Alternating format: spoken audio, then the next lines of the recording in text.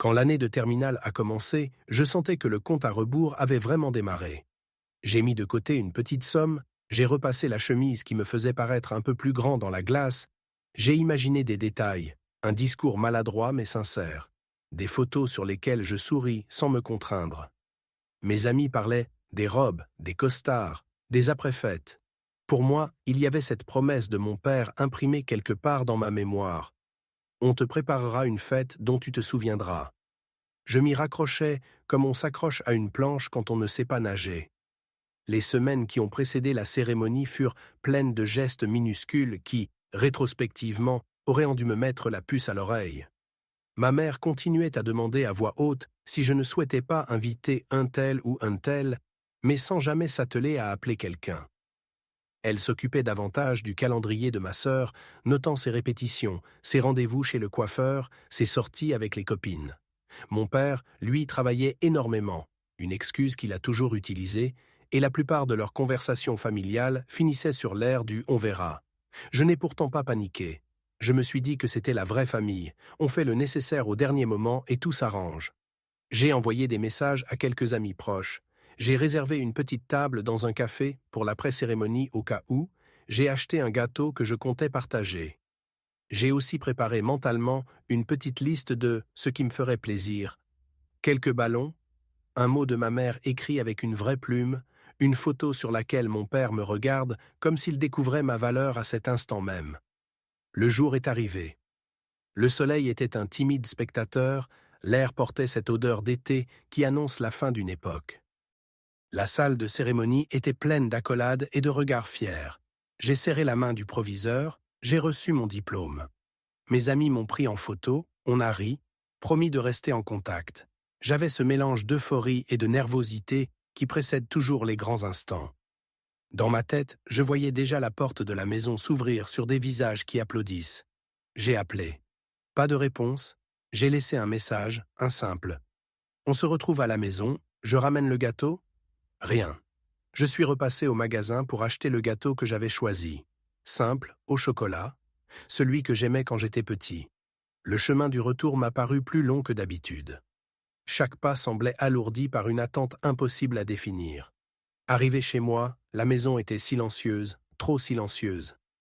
Les photos encadrées sur la console me regardaient comme des témoins muets. Pas de nappe, pas de musique, pas de sac cadeau.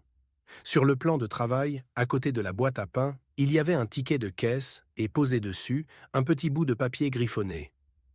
On a laissé de l'argent pour une pizza. On sort dîner, la sœur est tellement stressée.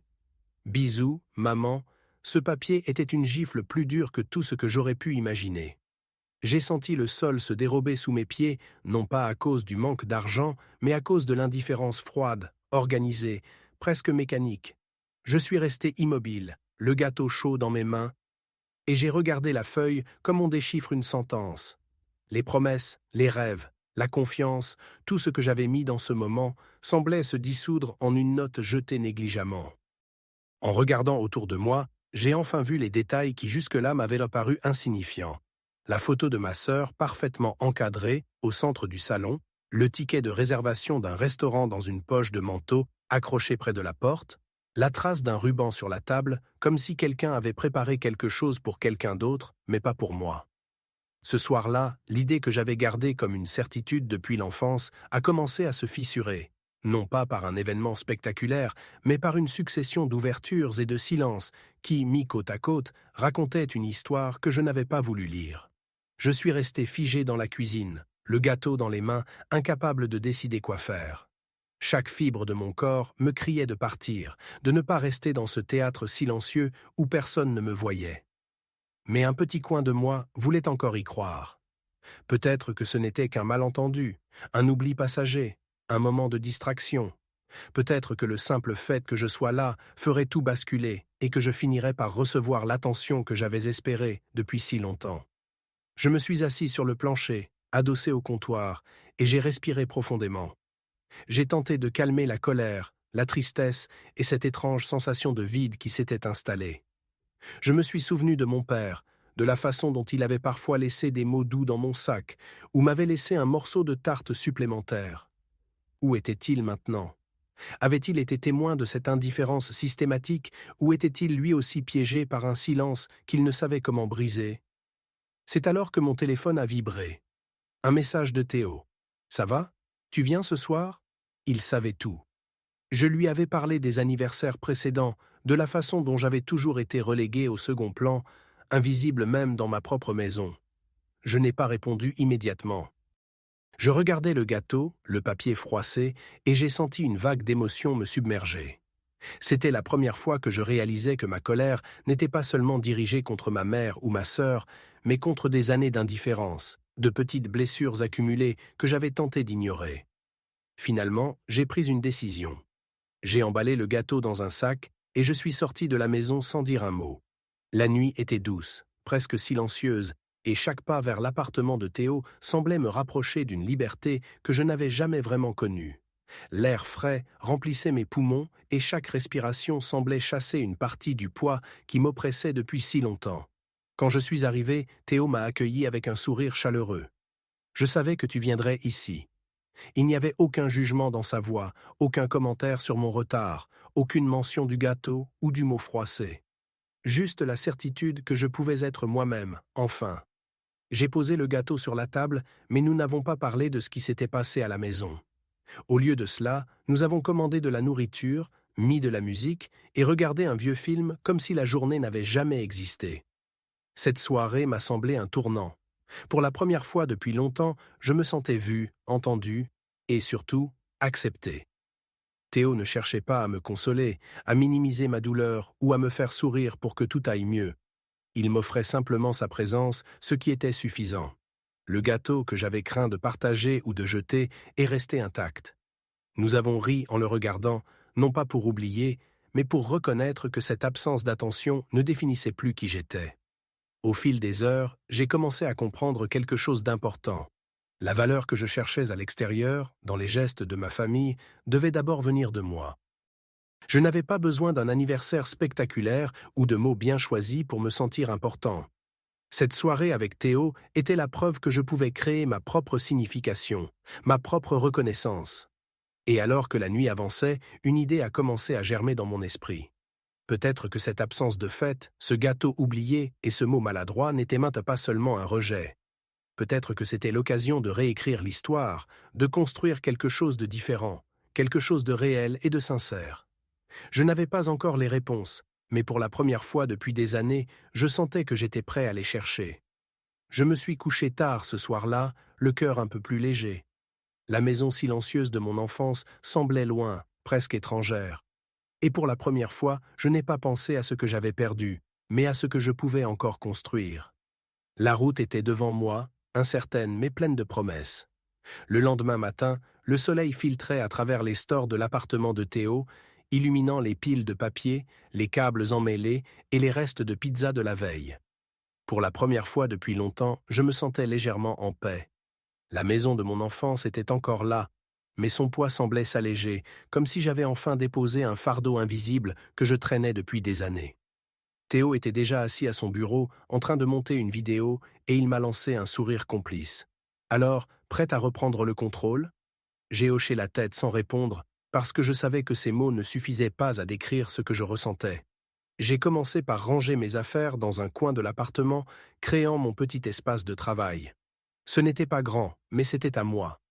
Chaque objet que je posais sur le bureau, chaque câble que je rangeais, chaque carnet que j'ouvrais, semblait marquer un territoire que personne d'autre ne pouvait envahir.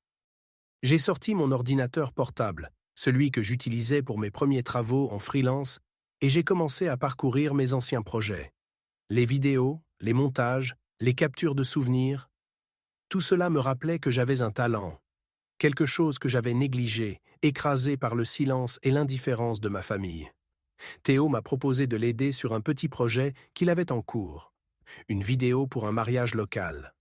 Rien de glamour, rien qui ferait des étoiles dans les yeux, mais pour moi, c'était une bouffée d'air frais. Il m'a laissé décider des transitions, des musiques, de l'ordre des séquences. Pour la première fois depuis des années, j'avais le contrôle total sur quelque chose qui comptait. Mon opinion était respectée, mes choix avaient un impact et chaque petit succès, chaque rendu terminé me donnait un sentiment de satisfaction que je n'avais jamais connu dans la maison familiale. Au fil des jours, j'ai commencé à prendre confiance. Je n'étais plus le fils silencieux, celui qui se faisait oublier pour que la maison reste calme. J'étais Corentin, quelqu'un capable de créer, de produire, de se rendre utile par ses propres moyens. Cette reconstruction ne concernait pas seulement ma carrière, mais ma perception de moi-même. Chaque montage terminé, chaque client satisfait était une preuve que j'avais de la valeur, indépendamment de ce que ma famille pensait ou ne pensait pas. Un soir, alors que je travaillais tard, Théo m'a proposé de prendre une pause. Nous avons commandé des tacos et nous nous sommes installés sur le balcon, regardant les lumières de la ville. « Tu vois, m'a-t-il dit, tu n'as pas besoin qu'ils te remarquent pour exister. Tu peux exister ici, maintenant, avec ce que tu as et ce que tu es. » Ces mots résonnaient profondément en moi. Pour la première fois, j'ai ressenti que je pouvais respirer sans le poids constant de l'indifférence familiale. Je n'avais pas besoin de validation externe pour être reconnu.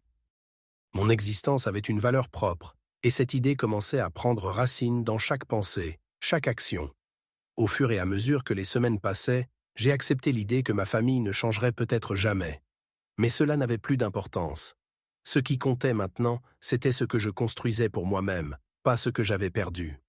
Et dans cette reconstruction, chaque petit geste, chaque projet, chaque connexion humaine comptait plus que tout l'or ou les cadeaux que j'aurais pu espérer. Pour la première fois, j'étais libre de choisir ma place dans le monde et ce choix était à moi, entièrement. Les semaines suivantes ont été un mélange de routine et de surprise. Travailler avec Théo sur les projets de montage m'a non seulement redonné confiance en mes compétences, mais m'a aussi ouvert un monde que je n'avais jamais vraiment exploré. Chaque vidéo que nous terminions devenait un pont vers des contacts inattendus. Un soir, alors que nous étions en train de finaliser une vidéo pour un petit festival local, Théo a reçu un message d'une créatrice de contenu, Daphné, qu'il connaissait depuis quelques années. Elle cherchait quelqu'un pour l'aider sur un tournage improvisé pour ses réseaux sociaux. Sans hésitation, Théo m'a proposé. « Corentin, c'est ton moment. Tu veux tenter ?» J'ai accepté, un mélange de curiosité et de nervosité dans l'estomac. Le lendemain, je me suis retrouvé sur un plateau minuscule, mais vivant. Des caméras portables, des micros suspendus, des projecteurs bricolés. Tout était chaos organisé. Daphné était enthousiaste, précise, mais jamais autoritaire. Elle me traitait comme un égal, un partenaire, et non comme un simple exécutant. Pour la première fois depuis longtemps, je me sentais vu et utile. Chaque décision que je prenais sur l'éclairage, chaque suggestion sur les plans ou le montage était prise en compte. Je commençais à comprendre que ce sentiment d'appartenance ne dépendait pas de ma famille, mais de ceux qui respectaient mon travail et ma vision. Les jours suivants, je me suis retrouvé impliqué dans d'autres projets, tous petits mais significatifs. J'ai rencontré d'autres créateurs, vidéastes, photographes, tous passionnés, chacun avec son univers unique. Pour la première fois, je me sentais intégré à une communauté où mes idées comptaient, où ma voix était entendue. La sensation était étrangère et libératrice. Je n'avais plus besoin de validation familiale pour me sentir valable. Mon identité ne dépendait plus de ce qu'ils pensaient ou ne pensaient pas de moi. Avec ces nouvelles connexions, mon emploi du temps a commencé à se remplir. Chaque jour apportait une nouvelle mission, un nouveau défi, et avec cela, une progression constante. Mon portefeuille s'étoffait, et même si l'argent n'était pas encore conséquent, chaque paiement reçu représentait plus qu'une compensation financière. C'était la reconnaissance tangible de ma valeur. Théo et Daphné devenaient des alliés dans cette reconstruction personnelle, m'offrant à la fois du soutien et un espace pour expérimenter et apprendre.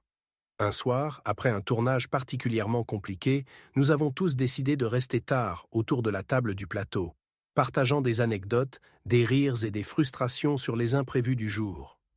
J'ai réalisé que pour la première fois depuis longtemps, je riais sans retenue, sans me demander si quelqu'un dans ma famille serait fier de moi ou non. Mon bonheur n'était plus conditionné par leurs regards, mais par les expériences et les relations que je construisais moi-même. C'était un sentiment doux amer. La douleur de l'exclusion familiale persistait, mais elle commençait à se dissoudre dans la chaleur de cette nouvelle communauté. À mesure que je tissais ces liens, j'ai compris que ma reconstruction émotionnelle et professionnelle allait de pair. Chaque connexion, chaque collaboration était une pierre dans la fondation de ma nouvelle vie. Je n'étais plus le fils invisible, relégué au second plan dans ma famille. J'étais Corentin, un créateur, un collaborateur, un ami, quelqu'un dont l'existence avait un sens propre et non défini par l'indifférence ou la comparaison. Après plusieurs mois passés à reconstruire ma vie loin de ma famille, un mélange de confiance et de prudence s'était installé en moi. Je savais que le temps et la distance m'avaient donné une force nouvelle, mais je ressentais aussi le besoin de clarifier certaines choses, non pas par colère, mais pour affirmer ma valeur et poser des limites claires. L'occasion s'est présentée par hasard, un samedi après-midi, lorsque j'ai reçu un message de mon père. « Corentin, on devrait parler. Viens quand tu veux. » Je l'ai relu plusieurs fois, analysant chaque mot.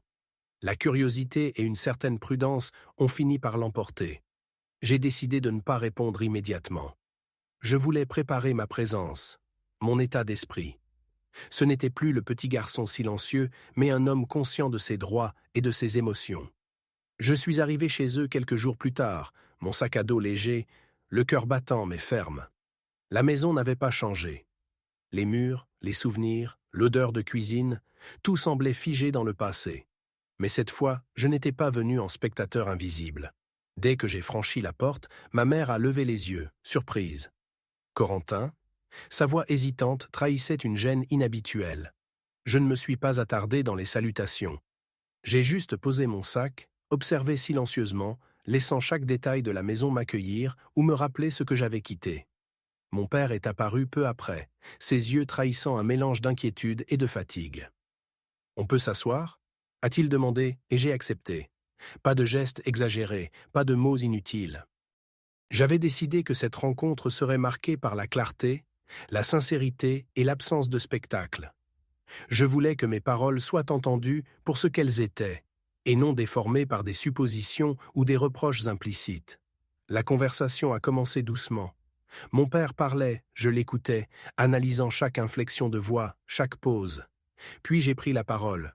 J'ai parlé de mes sentiments d'invisibilité, de la douleur des anniversaires ignorés, des comparaisons constantes avec mes frères et sœurs, de l'absence de reconnaissance pour les efforts et les sacrifices que j'avais faits. Je ne criais pas, je ne reprochais pas, je décrivais simplement la vérité que j'avais vécue. Chaque mot était une preuve de ma présence et de ma valeur. Maman est restée silencieuse la majeure partie du temps, hochant parfois la tête, esquissant un sourire gêné. Elle ne pouvait plus nier l'évidence. Je ne cherchais pas à provoquer, mais à mettre en lumière la réalité. Mon père, visiblement affecté, a commencé à reconnaître certaines erreurs, certaines omissions. Il n'avait pas toutes les réponses, mais il a montré un désir sincère de comprendre et d'agir différemment. Pour la première fois depuis des années, une discussion familiale ne s'est pas soldée par un conflit ou un silence lourd, mais par une forme de reconnaissance. À la fin de cette rencontre, nous n'étions pas réconciliés comme si tout était oublié, mais un pont avait été posé. La confrontation silencieuse avait permis de poser des limites, de signaler que je n'accepterais plus l'indifférence ou la manipulation émotionnelle. J'étais toujours Corentin, le fils du milieu, mais maintenant, je savais que ma valeur n'était pas conditionnée par leur approbation. Quelques semaines après ma confrontation silencieuse avec mes parents, ma vie semblait se stabiliser dans un équilibre fragile, mais prometteur. Travailler avec Théo et Daphné m'avait non seulement permis de retrouver confiance en mes compétences, mais aussi de créer un réseau solide de contacts professionnels. Pourtant, je sentais qu'il me manquait encore quelque chose. Une occasion de vraiment prouver à moi-même que j'étais capable de mener un projet d'envergure, de m'affirmer dans un domaine où je pourrais enfin exceller pleinement. Un matin, alors que je vérifiais mes messages, j'ai reçu un email d'une société de production locale. Ils avaient repéré mon travail sur les réseaux sociaux, plus précisément mes montages réalisés pour Daphné, et me proposaient de collaborer sur un projet hebdomadaire plus structuré. Une mini-série documentaire sur la vie des artistes urbains dans notre ville. L'idée était audacieuse, mais c'était exactement ce dont j'avais besoin. Mon cœur a bondi, mêlé de nervosité et d'excitation.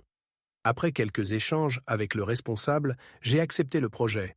C'était ma première chance de travailler sur quelque chose de significatif avec un réel budget, des délais précis et un public qui attendait un résultat de qualité. Le premier jour de tournage fut un chaos organisé. Les caméras, les micros, les éclairages, les imprévus techniques, tout semblait conspirer contre moi. Mais cette fois, je n'étais pas paralysé par la peur ou l'anxiété. Chaque décision que je prenais était consciente, calculée, mais aussi intuitive. J'étais en contrôle, pleinement présent. Les artistes, d'abord méfiants, ont rapidement compris que je ne cherchais pas à imposer ma vision, mais à sublimer la leur. Cette collaboration m'a appris à écouter, à anticiper et à improviser sans perdre le fil de mon projet. Les semaines suivantes ont été intenses. Les tournages s'enchaînaient, chaque épisode demandait de nouvelles idées, des angles innovants, des montages dynamiques. Je travaillais tard le soir, souvent seul, mais avec une satisfaction profonde. Chaque rendu validé par la production renforçait ma confiance.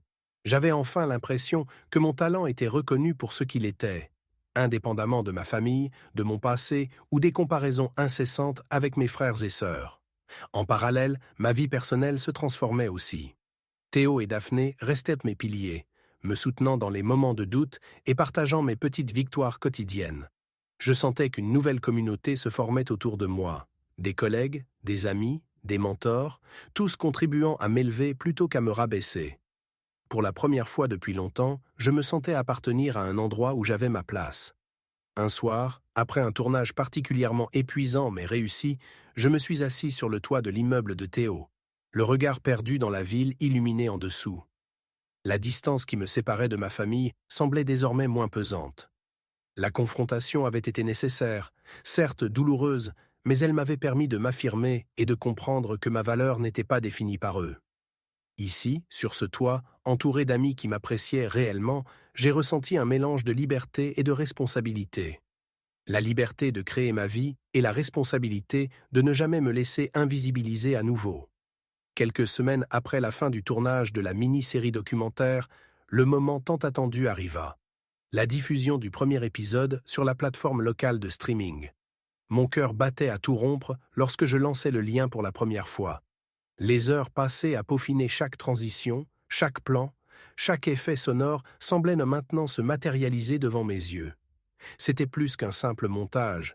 C'était le reflet de mon travail acharné, de ma patience et de ma résilience après des années d'invisibilité. Les premières réactions furent timides, mais encourageantes. Quelques commentaires de spectateurs locaux, louant le style cinématographique et la qualité de la narration, me firent sourire.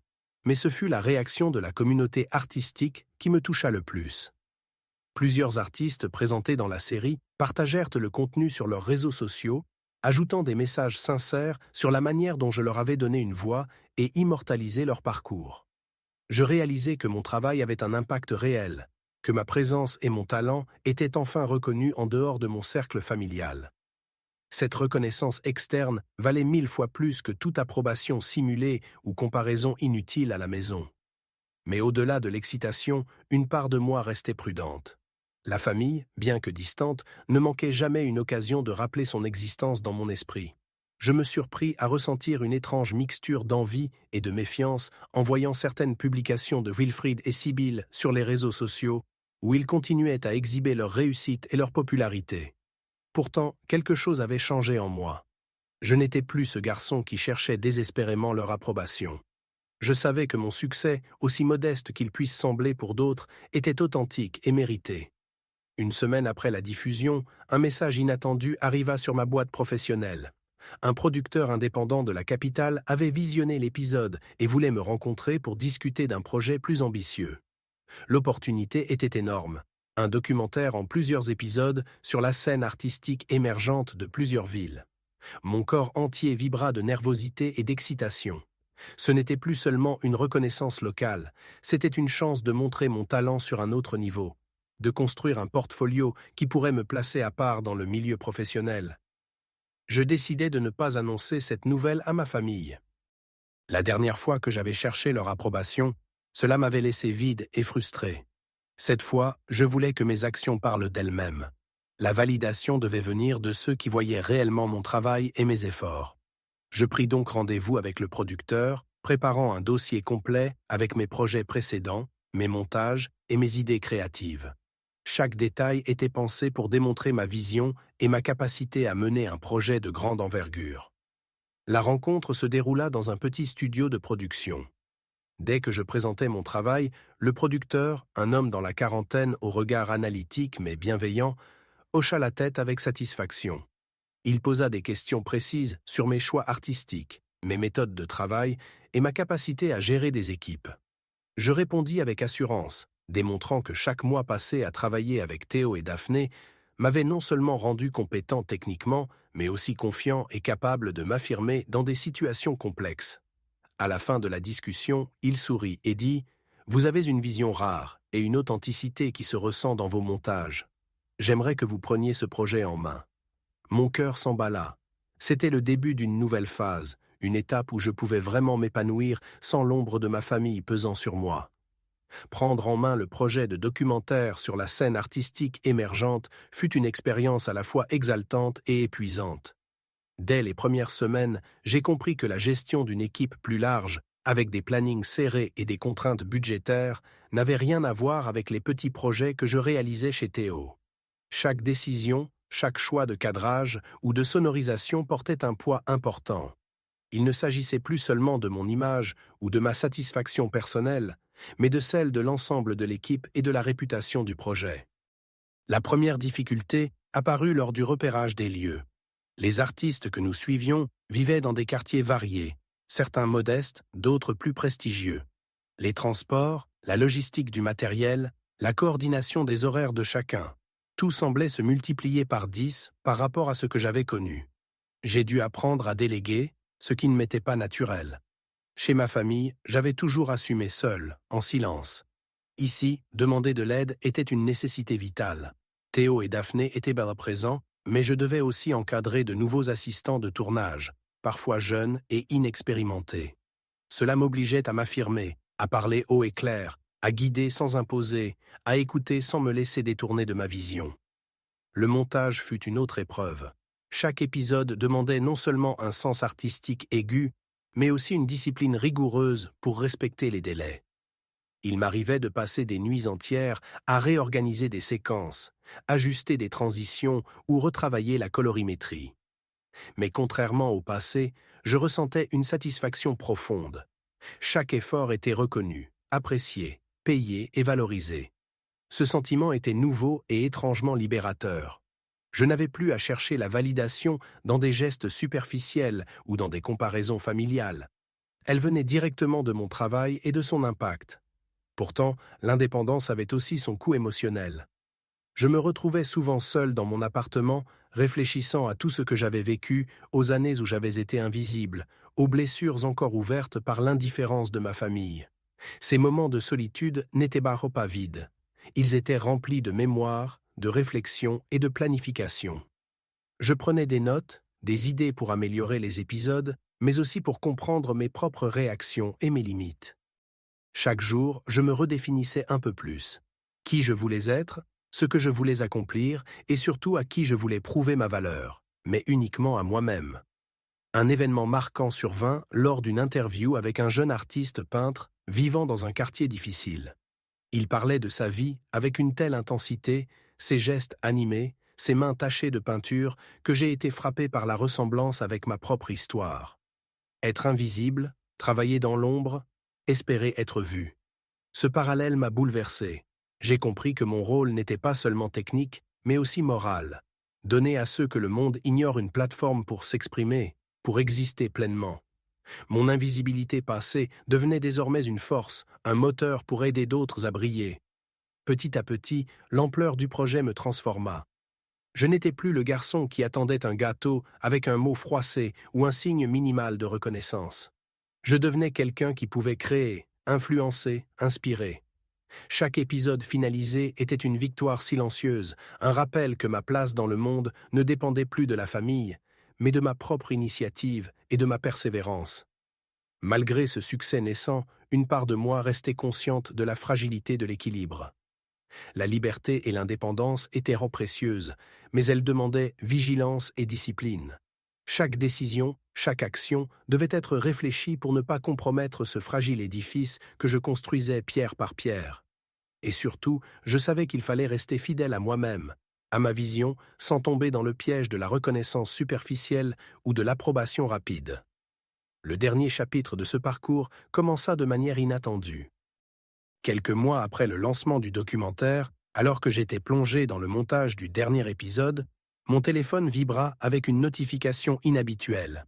Un article dans un magazine culturel en ligne parlait de notre série.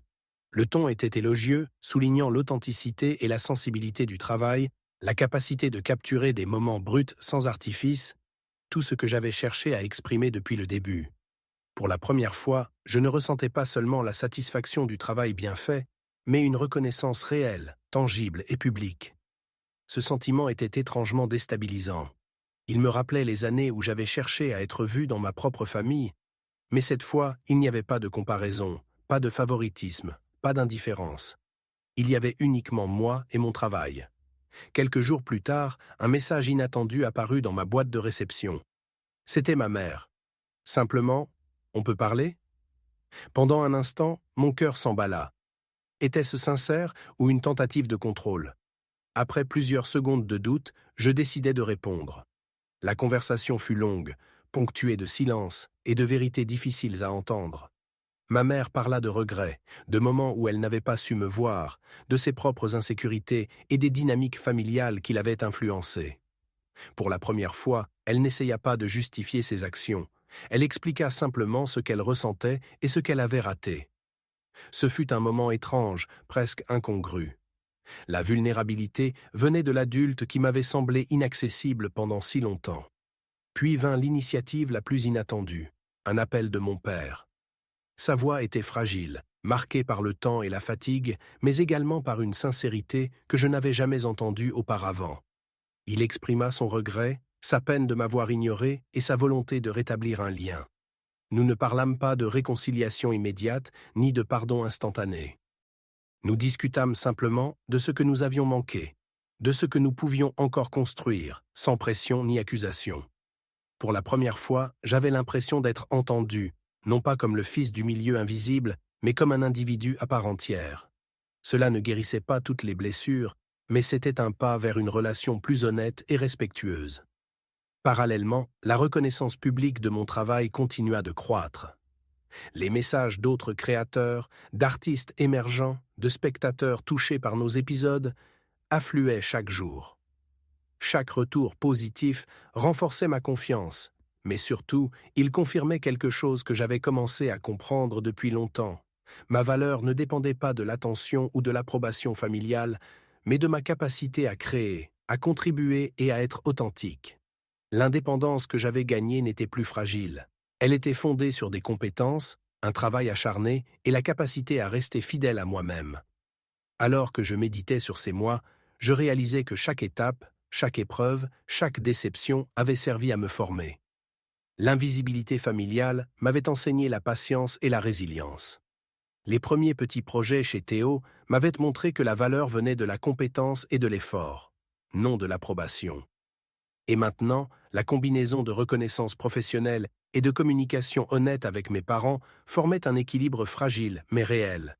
J'étais capable de ressentir l'amour, la gratitude et le respect, mais à ma manière et à mes conditions. Le dernier épisode de la série fut terminé dans une atmosphère de satisfaction et de sérénité rare.